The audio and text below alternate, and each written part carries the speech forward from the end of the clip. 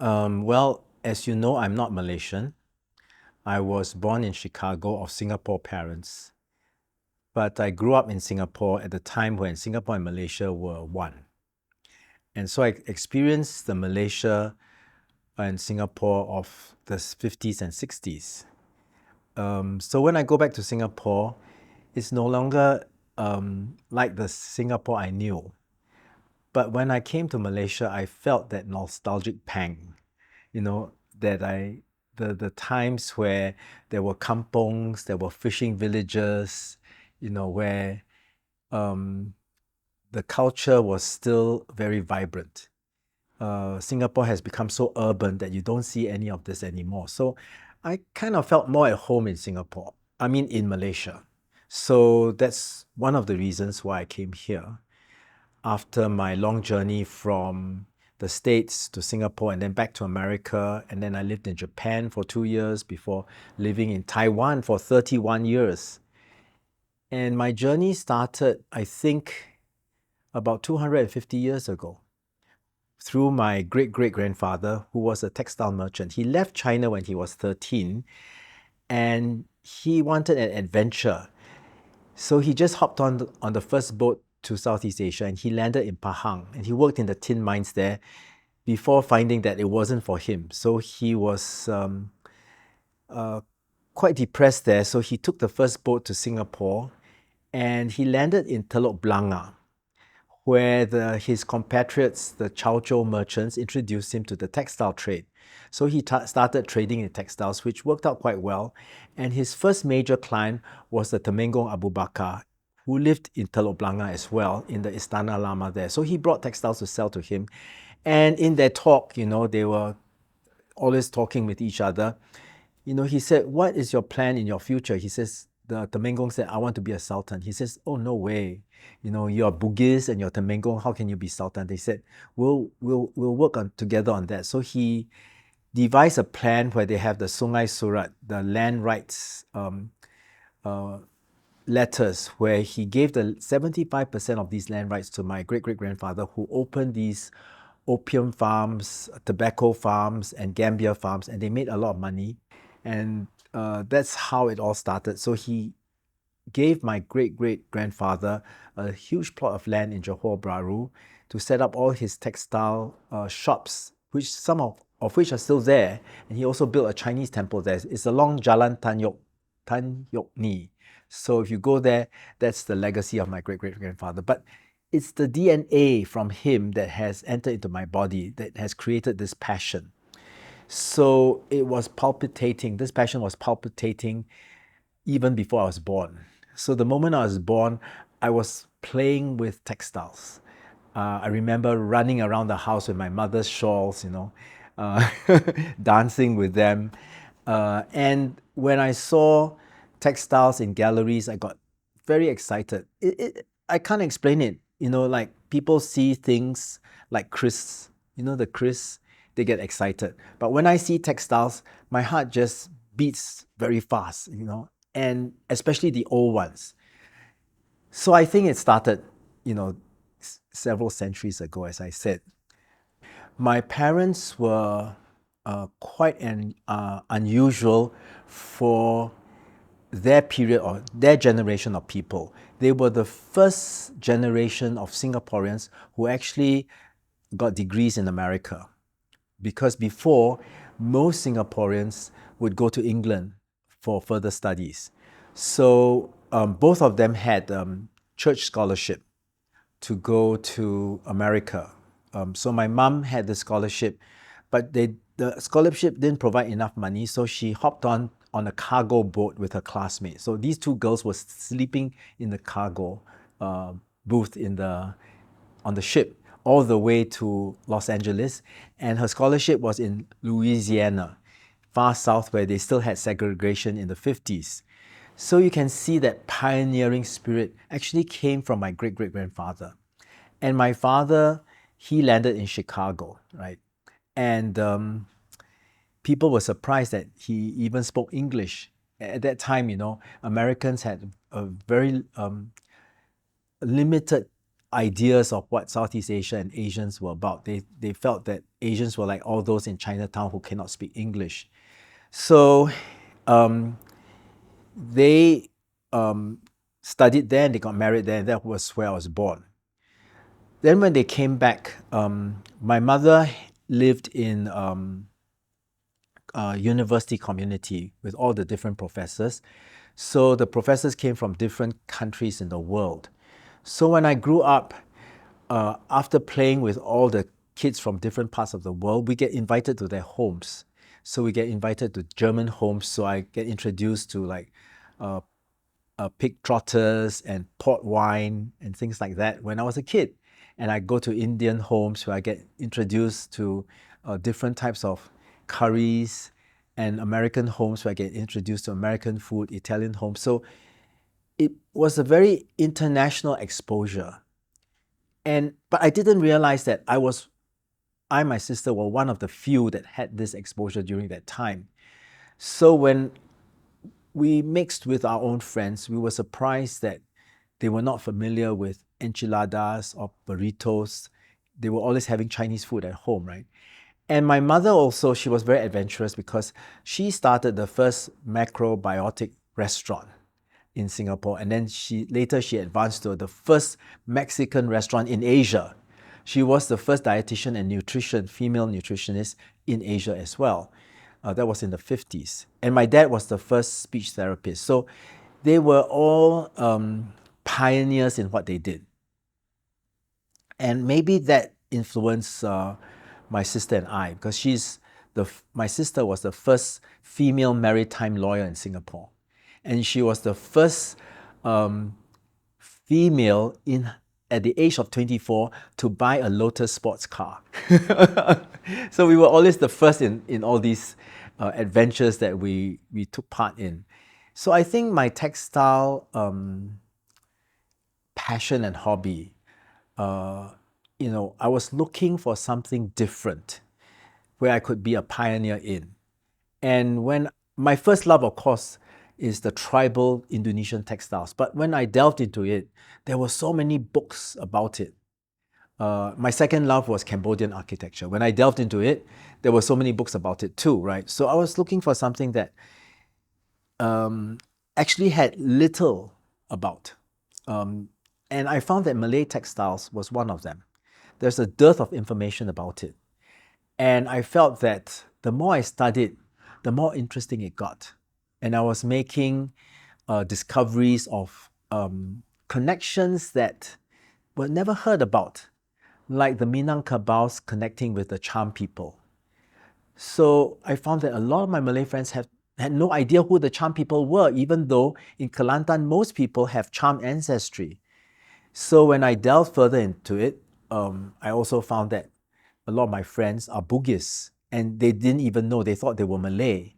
But when I investigated, they said their parents told them they're originally from Makassar. So I even took some of my Malaysian Malay friends to Makassar to see their Bugis roots, right? And they were so amazed that they had this rich culture behind them. And so I saw my role as sharing these things I'm excited about and that had value to the people. For example, in my exhibition that I had last year in Menara Ken, I talked about the Cham culture. And there was a lady, she used to work in the telecommunications here, and she said her parents were Cham. And she asked them many things about her past. She didn't know, and she only found out about her past through my exhibition. And she was so excited because what it does is it shows who she really is. And I think it's very important to find our identity, because when we know who we are, we become more confident, we become more aware of our positive nature and our negative nature. We become more aware of our what we are capable of. Like the Bugis, they're very capable of business. They're very sharp. And when you know you're very sharp and intelligent, you have that confidence. I think that's great. Yes, the impetus was my lack of knowledge. I had a Malay textile which I had no idea it was Malay. I bought it in Indonesia and I thought it was Indonesian. And what made me find out about it was a very interesting story. I got this nice textile. It was an okay textile, but I felt that it could be better if I cleaned it because it had an oil spot in the center. So I dipped it in a gentle soap detergent. And the next morning, I got up very excited to see what the result would be. So I rushed to the kitchen and I pulled it out from the tub. And oh my God, only came out in shreds. It had disintegrated into pieces. And I said, oh no, what did I do? And what on earth is this textile? So I got more curious about this textile and I found out it was not Indonesian. Through a lot of searching, I found out that it was from Terengganu. It was a tengarong, which was used mostly by royalty in Terengganu. And how did I find out? It was not through my ardent research, but by coincidence. I was walking in the National Museum in Singapore when I saw a photograph of Sultana Khadijah Khanum, the fourth wife of Sultan Abu Bakr, and she was wearing a dress, a European dress made of Terengganu. And I said, that looks like a very familiar textile. I said, oh no, it's the textile I destroyed, right? So I got very interested in Terengganu. It's it's ikat with strips of brocade on it, so with like gold songket on it. So I researched and I found out that they're very rare and they're very expensive. So I saw one being offered in Terengganu, a beautiful one, and I said, let me think about it. And then when I discovered it was Terengganu and I wanted to buy it, they sold it. So I said, oh dear, my first Terengganu, I almost got it and then it's sold. So I said, is it still with you? I told the dealer. At that time I was living in Taiwan and he said, yes, I haven't sent it to the owner yet. So I said, I'll rush over. So I flew over from Taiwan just to see this Terengganu in Terengganu. And when I reached there, he said, I'm sorry, it's sold. So I never got to see it. And then when I was in my hotel, I was sipping tea, right? And I had a call. And it was from my friend in Terengganu. He sells songkets, Wang Manang. So he calls me and says, John, what are you doing? I heard you're in town. Come over for tea. So I go over and he says, I want to show you my latest finds. And the first piece he brought out was this Terengganu. Oh my God, I finally got to see it, but it's already, I said, is it for sale? He said, no. I needed to make reproductions, right? So he also needed to find his identity because Terengganu are not made anymore. It's a lost art. And he wanted to revive it. So it was a very important piece. But now I have 13 Terengganu. So I started to binge on Terengganu. Then when I was searching for Terengganu, I found other pieces that related. So the collection started to build and I said, why not make a Malay textile collection? Because what I saw in the museums were not really complete, right?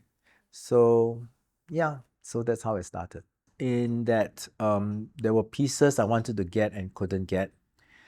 But I have the concept of the universe and my mission, right? So if you choose the right mission in life, the universe will support you. So when you don't get what you want, the universe doesn't want you to get it. Means that don't be upset because the universe has something better for you. And it always turns out that way, right? I get disappointed or I get upset or even angry when someone else got a piece better than mine. And then when I smile, everything comes into place. I would get some pieces that I thought were very rare. So I bought these pieces in Bengkulu, right? And I just guessed the date was 1930s. I wasn't sure. And then a few months later, the pair to it came. So I realized it was a set of a palamin. And then later, more pieces came. So within a year, I assembled the whole set because, when they were wealthy, one family would have the whole set of this beaded, it was all in glass beads. the curtains, the back curtains, and the valance, they call the tirai or the lemudi, was all in one set. But when the war came and the families became poor, they would sell off these things so to different other family members. So the pieces got separated. But somehow I managed to get them all back together, which is quite amazing. And these things always happen. And I think it's just the will of the universe that they should come together, because when things are together, they have an impossible or unbelievable synergy, a magnetism, where they will come back together, right? So I even have one piece with the date 1936 on it, and it's all part of the same set. So, that's quite incredible. Yes, so my advice to collectors, when you don't get something, don't get upset, because it's not meant for you. And I learned this lesson because some of the things I wished for, and they came to me for free. And some of the things I wished for, I could never get. So I believe it is, when it's meant for you, it's meant for you. Yeah. Too much work, I always feel, but I was never unsure of the path. Because every time I open my drawers and I see how the textiles relate to one another, the surge of excitement comes up again. And I say, this is it. This is what I have to do, right? So I don't know why that the beauty of Malay textiles is so exciting to me. I think it's as I said before, it could be the DNA. Yeah. Well, I always tell my friends, and my mother especially, because she regrets many things. Never regret. Just move on. Because regrets pull you back. And having said that, I do have some regrets, but I keep telling myself, John, just move on, right? So the regrets is like I said before, the regrets are not making the decision quick enough. But as I said, it's probably not yours. Yeah. So don't regret and move on, because there are other things waiting for you. My sister married a Punjabi, so she'll always be in her Punjabi dress when she goes for their family meetings. And my mum would wear sarong kabayas. There was a lot of cultural exchanges in my family.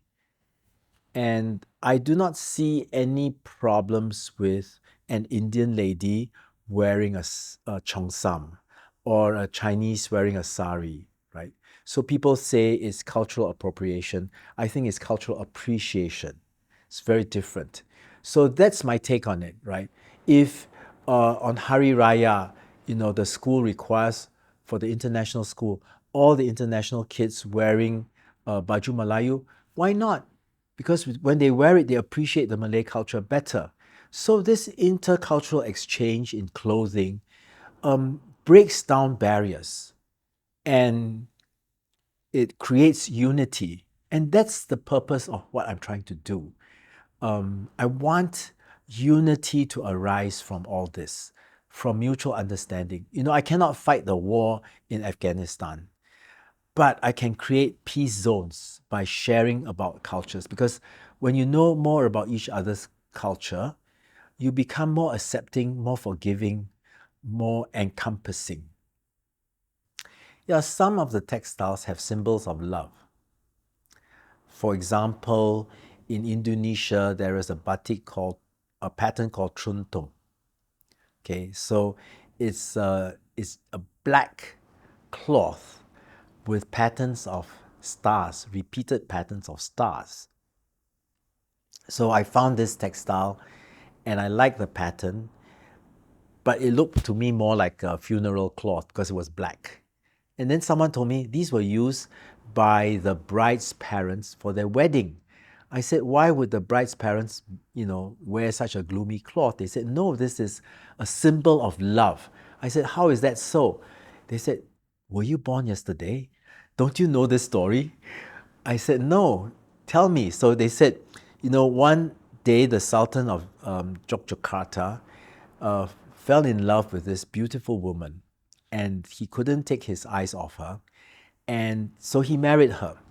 And they were, every day they were like butterflies together. Everywhere they went, they were together. And actually, she distracted him so much that sometimes he didn't even go to court. And they were really deeply in love. And then one day he stopped going to see her. And she was very confused. She said, "What happened?" So her maid told her that he found a younger lady. And she was so depressed that she stayed in her room and she was crying all day. And then after a month, she was in a balcony weeping, right? And suddenly she saw a twinkle and she looked up. There was this star twinkling at her. And the twinkle gave her an iota of hope. So she asked the maid, "Bring my batik equipment." And she brought it and placed it on the balcony. And she started painting the stars in wax, one by one, slowly. Every night she'll paint a few stars. And one day the Sultan passed her quarters and saw her painting. And he entered and said, "What are you doing?" "Oh, I'm painting the stars that were twinkling while I was weeping." He says, "Oh, I see."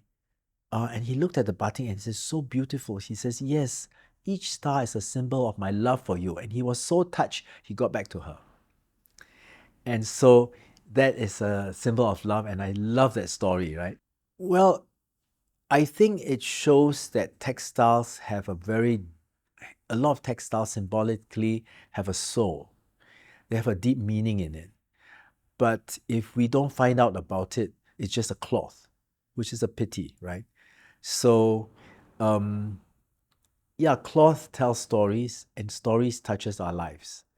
So when you hear this story, right, you are informed of the concept of devotion. And nowadays, devotion is very rare and scarce. So I think that these stories are pertinent to our lives, especially to the young people. I think my exhibition, that was my proudest moment when I I and my team created an impossible exhibition. 700 textiles would take a museum years to curate and execute and manifest. But because I'm not a museum, I could, cut through all the red tape and protocols, and I didn't have financial barriers. I managed to accomplish it within 3 years of curating and organizing. Oh, and COVID, of course, helped because I was at home. I could concentrate on doing the exhibition, preparing for the exhibition. So after 3 years, I came up with a show with 700 textiles divided into 12 categories. And when the opening came, I actually cried because I was so proud of myself for having done that. And I think no one else has done it. Okay, so for me, it was a great achievement. I'm not sure for others, and I'm not sure if Malaysia even appreciates it because no museum in Malaysia has accomplished that. In one exhibition, they show the entire genre of Malay textiles, and they show the magnitude of and power of Malay culture and the power of the Malay world as a united front, attracting the attention of the world through its enormous market. I think a lot of Malays do not realize how amazing they are. And when I realized that, I wanted to share it. And I don't understand a lot of times when people say they are suspicious of my intentions. My only intention is I'm just sharing something beautiful that has excited me and beautiful that has meaning to the local people here.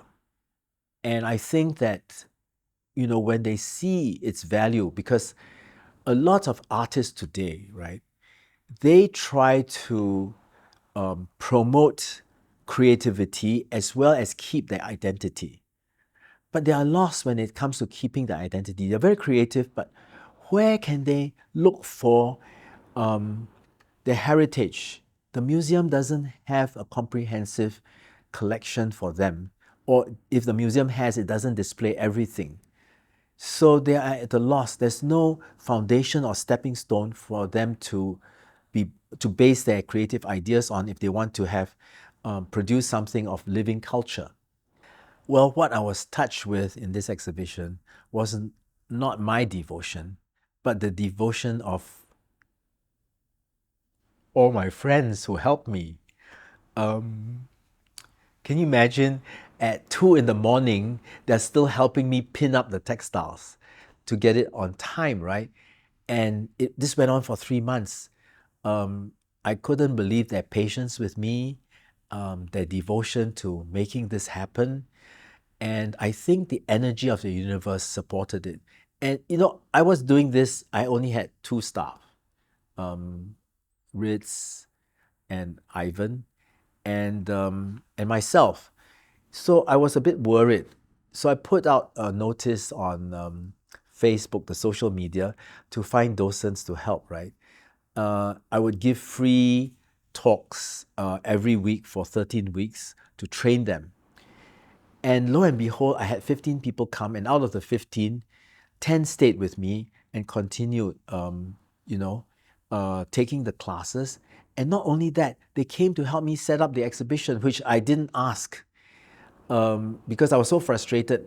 I have a bad geometrical sense. So whenever I pin up the textiles, they're always crooked, right? So Fitri and Suzanne came and they measured it correctly and they pinned it up accurately. And I was so touched, and they put all my pictures on social media. They helped me with the reception, and of course, the show became a success. So I was impressed with their devotion. And I think the devotion comes from the depth of these textiles. I think the soul of these textiles actually touch their hearts. As I said, the devotion of my friends who helped me so much. And after the exhibition, they're still helping me. So it created long-time friendships, which are beautiful friendships. I wouldn't have known these people if not for the exhibition.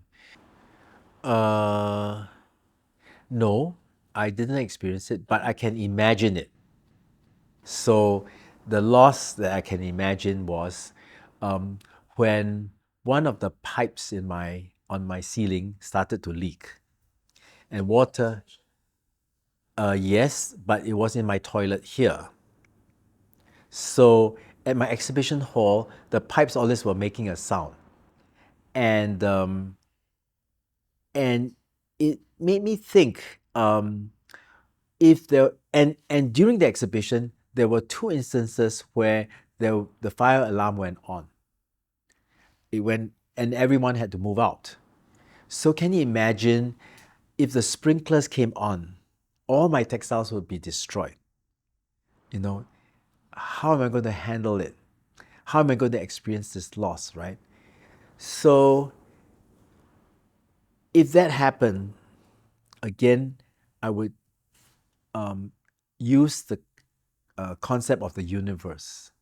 That was the intention of the universe. There's something to learn from it.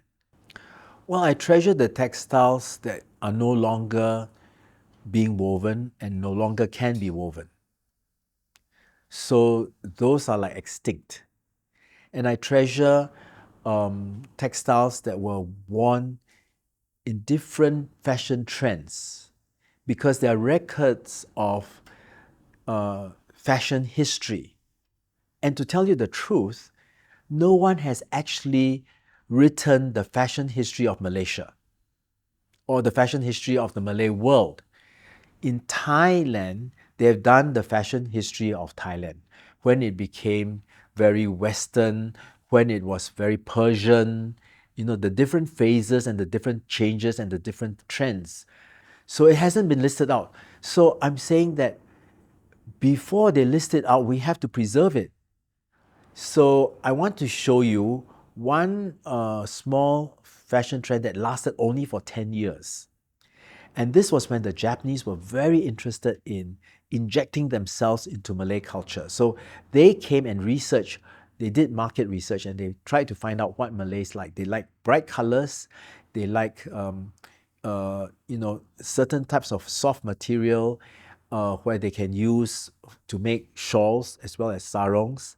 And they came up with this Habotai silk printed batiks, which was cheap, but reminiscent of the batik patterns with the pecet robong and kepala in the center. I quickly bought them because I'm afraid that they're very fragile, right? I'm afraid that one day they will disappear and we have no record of this period of the fashion trend in our history. So this is the way it was worn, and they love these bright colors.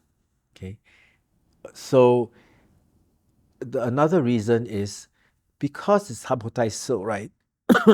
It's easy to have holes and it's easy to tear. So many of these have holes already. So I bought those with the best condition, and I found there were many styles. Some had local fruits like pulasan, some had rubber trees on it. They did market research, so they used a lot of local products to put into it. But this one looks a bit Japanese, doesn't it? And nobody in the past knew that these were Japanese. They had no idea where it came from. Some guess it was China, some guess it was local. But there was a record in the Straits Times in 1939 that one shop on Arab Street was selling these as color fast. And when they were bought and people found that they were not color fast, that shop was sued and they had to be taken to court. So that was recorded, that this guy was selling Japanese fake batiks from Kobe. So that's how I know it's from Japan. And a lot of it has Japanese characters on it. So that's how I determined that it was from Japan. I don't think I've done enough, but as I said, the universe is supporting. So it's creating a wave, a small tsunami wave, not big enough. For example, UNESCO is now trying to recognize the kebaya as a preservable heritage, and we have a lot of busana activities happening, like the preservation of the tanjaks and all the different styles of producing the tanjak. There's a tanjak society, and there are many books on the tanjak, those the head scarves that they do in such wonderful sculptural ways. I think that's a fabulous aspect of Malay attire because it's very dramatic and impressive. And now many of the Malay functions require you to dress in Busana Melayu. I'm not sure if it was as popular. I think what happened was the trend was, it was just normal to wear traditional clothes. But then when the people who were wearing traditional clothes, a lot of them had Western education and they preferred to send their children to the West. And when these children came back, they preferred to dress Western style. It was stylish to be preppy, to dress, in khaki pants, white t-shirt. But what does it do? It's so boring. It doesn't tell you anything about who you are. And then now people are starting to bring back the kebaya, the batik shirts, to show that they are Malaysian or they are Malay. And I think that's the wave is coming up. And it's not just me, because I think Tan Sri Zeti has generously donated her mother's collection, Puan Azhar Aziz collection, to the PNB. So they're creating a new textile museum there. And the Queen has started producing these beautiful textiles, Tenun Pahang Diraja, to be sold. And also it was exhibited twice in London, and they're going to continue these exhibitions in London at the British High Commission. So the world is getting more aware of these textiles. Before, when we talk about Southeast Asian textiles, Indonesian textiles will come to mind. And what about Malay textiles or Malay world textiles? It's just as important and it is just as interesting. So I think the exhibition is actually part of a bigger wave. It's the awareness of it. Tapestry weave, there's not even a Malay name for it, but it was used in the Malay world. So now Royal Sembilan Tunku Ashra is reviving that, but there are no weavers of that in Malaysia. So all these add to our knowledge that Malay textiles are more interesting than what we assume they are. And when we see this, we realize that it's not just textiles, it's in all the other Malay crafts and arts, that most of the things we know are very limited. So I hope that by showing this through textiles, other collectors of tembaga or jewelry or kris can also show a wider genre of what the arts and crafts are. I think when art and when material culture have soul, they have a power to bring people together. They have a power to create positive energies, and they have the power to touch other people's lives. So that in itself shows the wonderful, you know, power of and necessity of keeping the heritage and maintaining the legacy of it, which is what we're doing today, right?